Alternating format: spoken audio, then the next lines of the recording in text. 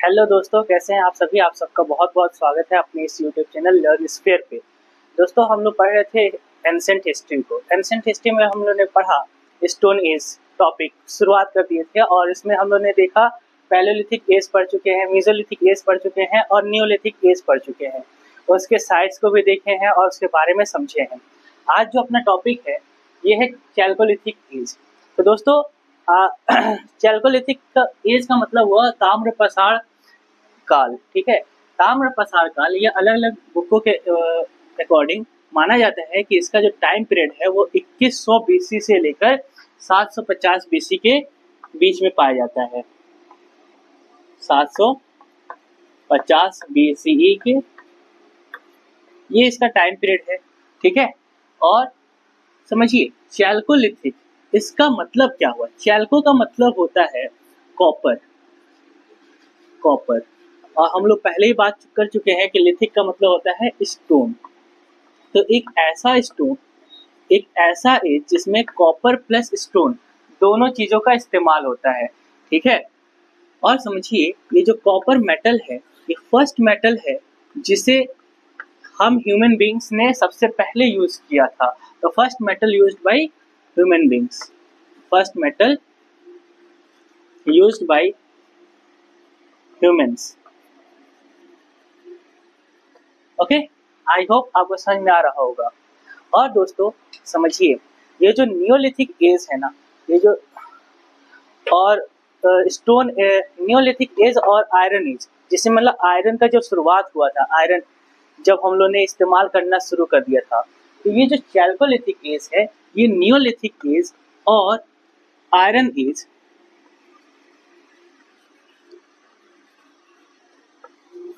Neolithic age और iron age के बीच का ट्रांजिशन फेज है। मतलब ये हुआ कि ट्रांजिशनल फेज है चैल्कोलिथिक एज, नियोलिथिक और आयरन एज के बीच का जो ट्रांजिशनल फेज है उसे कहते हैं चैल्कोलिथिक एज। ओके, समझिएगा ध्यान से। इस समय चैल्कोलिथिक टाइम के दौरान no knowledge of iron, no knowledge of iron, iron के बारे में हमें उतना पता नहीं था, समझे आप सब। ड्यूरिंग दिस पीरियड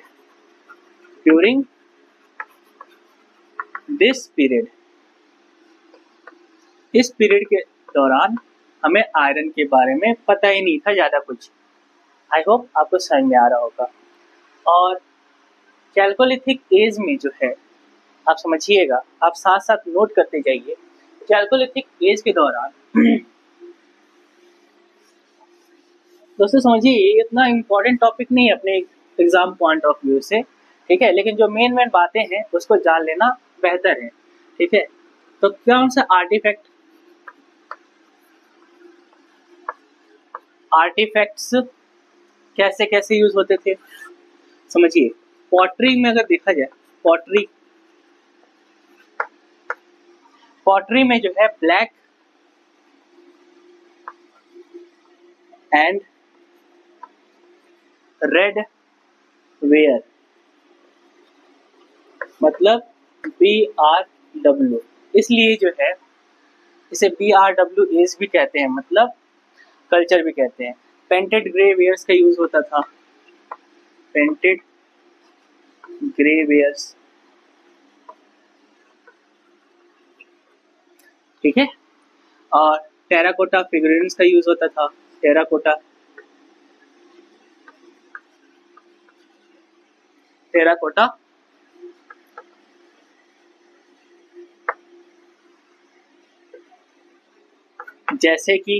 जैसे कि आप बीड्स, ठीक है,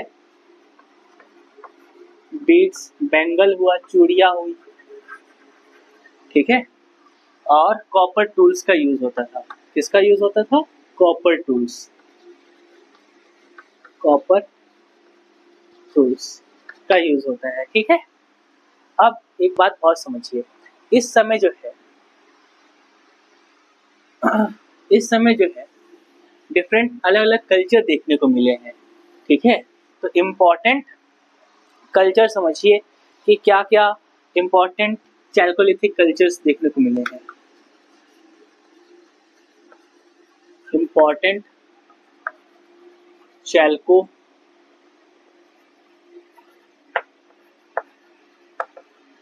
लिथिक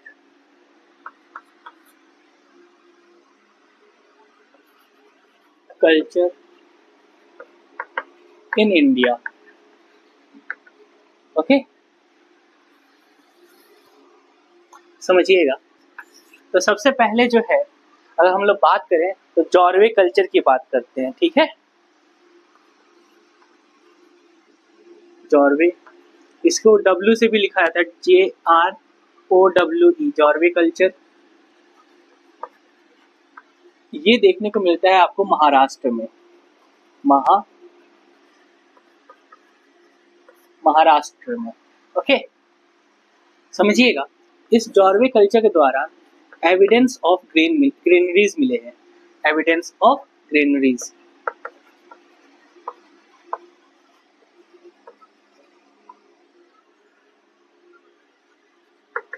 एविडेंस ऑफ ग्रेनरीज। दूसरी बात अगर हम करें तो इस समय जो है सोशल कैटेगराइजेशन देखने को मिला है, सोशल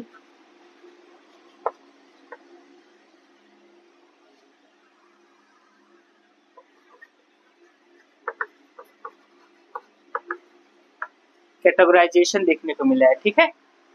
और एक और बात करें, पॉटरी यहाँ पे मिली है, और यही इम्पोर्टेंट है, ये वाला पॉइंट इम्पोर्टेंट है कि कैसे पॉटरी मिली है। तो रेड और ब्लैक, रेड ब्लैक, इस तरह का पॉटरी मिली है, made from chalk and handmade, ये उससे बनता है, ठीक है। अब दूसरा जो कल्चर आता है वो अपना आता है आहार कल्चर। आहार कल्चर आप बोल सकते हो। ये कहाँ देखने को मिलता है? तो आहार कल्चर आपको देखने को मिलता है राजस्थान में। कहाँ देखने को मिलता है? राजस्थान में। और एक बात और याद रखना आप, इसी आहार कल्चर को हम लोग बानस कल्चर के नाम से भी जानते हैं, बानस कल्चर, ठीक है। आई होप आपको समझ में आ रहा होगा। ओके, नाउ यहाँ पर जो है अगर देखा जाए तो white painted black and red pottery देखने को मिला है। White painted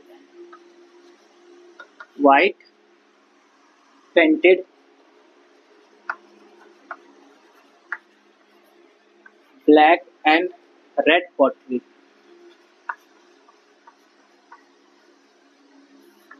okay, I hope समझ में आ रहा होगा आपको।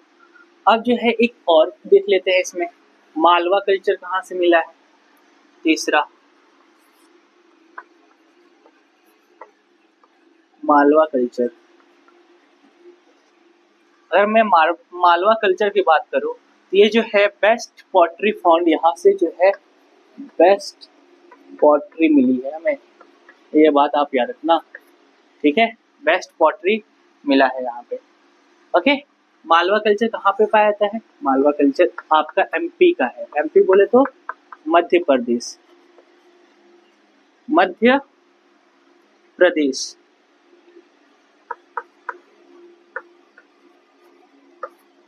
आई होप आपको समझ में आ रहा होगा। अब ध्यान दीजिए, एक और कल्चर है कायथा कल्चर, वो भी कहाँ पे देखने को मिला है आपको? मध्य प्रदेश में मिला है। यहाँ पे जो आपको इमेज दिख रहा है, यहाँ पे आप देख लीजिए मैप में, ये सब कल्चर्स कहाँ कहाँ पर हैं। ओके, अब हम लोग अपना अगला बात करते हैं टोटल स्टोन एज के जो आखिरी टॉपिक है उस पर हम लोग बात करते हैं। इसमें हम लोग देखेंगे कि स्टोन एज के दौरान उनकी इकोनॉमी कैसी थी, उनका पैटर्न ऑफ सेटलमेंट कैसा था, और रिलीजन कुछ था कि नहीं था, ठीक है। इन सब पे चलो बात कर लेते हैं जल्दी जल्दी। और ये यहाँ पे आज अपना टॉपिक स्टोन एज का वो खत्म हो जाएगा मेरी तरफ से, तो आप इसका रिवीजन जरूर करना, ठीक है। ओके, सो समझिए,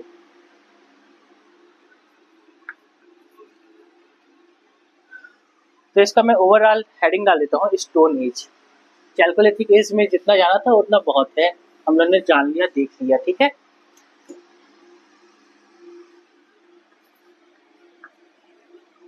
स्टोन एज, स्टोन एज की इकोनॉमी की बात करते हैं। इकोनॉमी में कुछ खास तो इकोनॉमी था नहीं उस समय, ठीक है, लेकिन देखिए ये किसके ऊपर बेस्ड था? एग्रीकल्चर के ऊपर बेस्ड था। एग्री और क्या होता होगा? एनिमल हस्बेंड्री होता है। एनिमल हस्बेंड्री मतलब पशुपालन। Okay,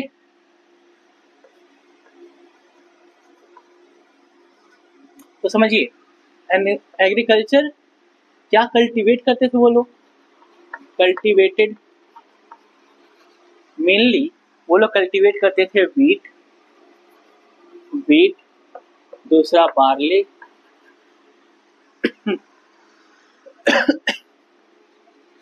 etc। Okay, animal husbandry मुख्यतः वो क्या कौन से जानवर को पाला करते थे? तो आप लिख लीजिए यहाँ पर काऊ, गोट, ठीक है, आप लिख सकते हो यहाँ पे ship, dog, etc।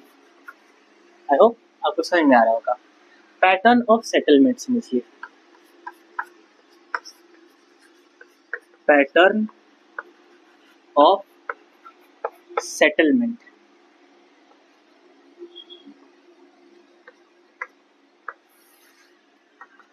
Pattern of settlement, तो देखिए ये हाउसेस बनाते थे और हाउसेस कैसा था इनका?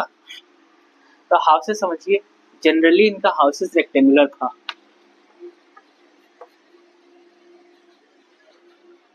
रेक्टेंगुलर आकार का इस तरीके का, ठीक है, विथ मड वॉल। कैसा वॉल कैसा होता था? मड का, विथ मड वॉल्स। समझ में आ रहा है आपको? तो रेक्टेंगुलर के साथ साथ एक और है, सर्कुलर भी होता था इनका हट, घर, मतलब सर्कुलर। ओके, समझिएगा जो अभी आपको मैंने बताया चैल्कोलिथिक एज में जो आहार कल्चर था, आहार कल्चर में जो हाउसेस थे वो built with help of stone and mud bricks. तो ये बात को याद रखिएगा, इसको मैं यहाँ पे छोटा सा लिख देता हूँ। आहार कल्चर में जो हट होते थे, मतलब जो हाउसेस होते थे वो कैसे बनते थे?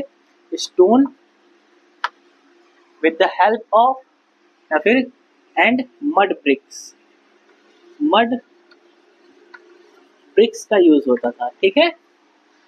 अब last but not the least अपना बात करते हैं हम लोग रिलीजन। कुछ था कि नहीं था उस समय, है कि नहीं? तो समझिए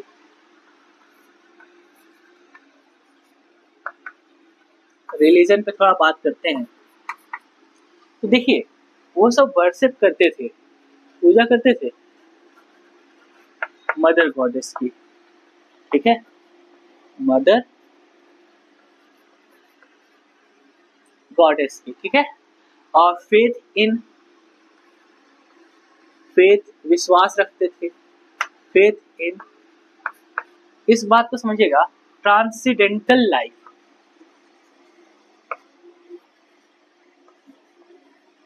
ट्रांसीडेंटल लाइफ मतलब ट्रांसीडेंटल लाइफ का मतलब होता है लोकोत्तर जीवन में, मतलब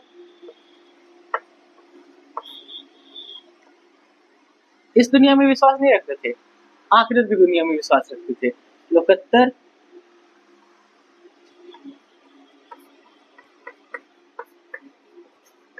जीवन, क्या आपको समझ में आ रहा है?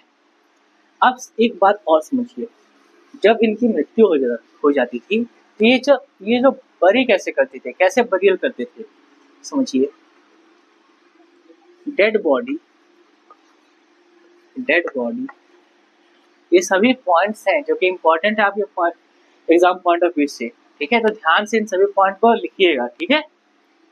तो डेड बॉडी वाज बरीड, दफनाया जाता था, जानते हैं कैसे दफनाया जाता था? नॉर्थ साउथ डायरेक्शन में। कैसे?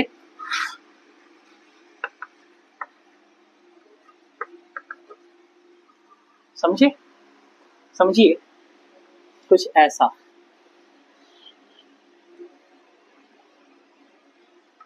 इधर पैर है और ये बेचारा चला गया, ठीक है। अब ये जो दफनाया जाता था ना, बरीड किया जाता था, तो दो तरीके से समझिएगा, ये बरीड भी होते थे ना तो दो तरीके से। एडल्ट को बरी करने का जो है दूसरा तरीका था। एडल्ट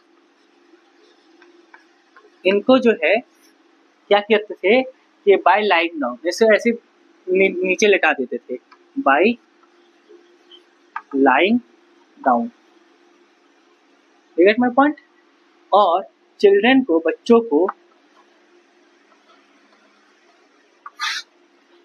को क्या करते थे ये लोग कि अर्न मतलब होता है मट्टा, घड़ा या फिर कलश कह सकते हो आप, उसमें डालकर इनको दफन करते थे।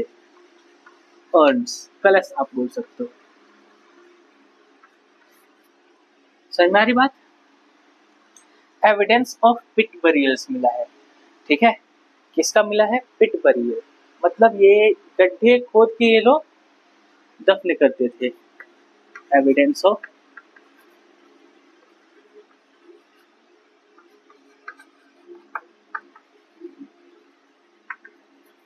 पिट बरियल्स, ठीक है।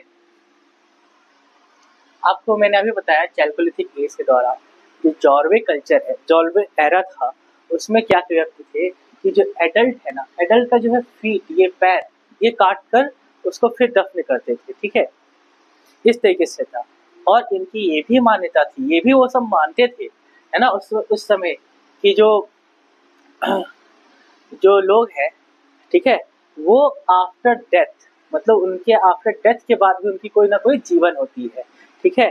तो क्या करते थे कि इस कब्र के साथ ही उनका जो है कुछ ना कुछ सामान यहाँ पर गुड्स रख दिए करते थे, ठीक है, कि आफ्टर लाइफ वो लोग इनका यूज करेंगे, फिर से उनका जन्म होगा, ऐसा कुछ था, ठीक है, सोच।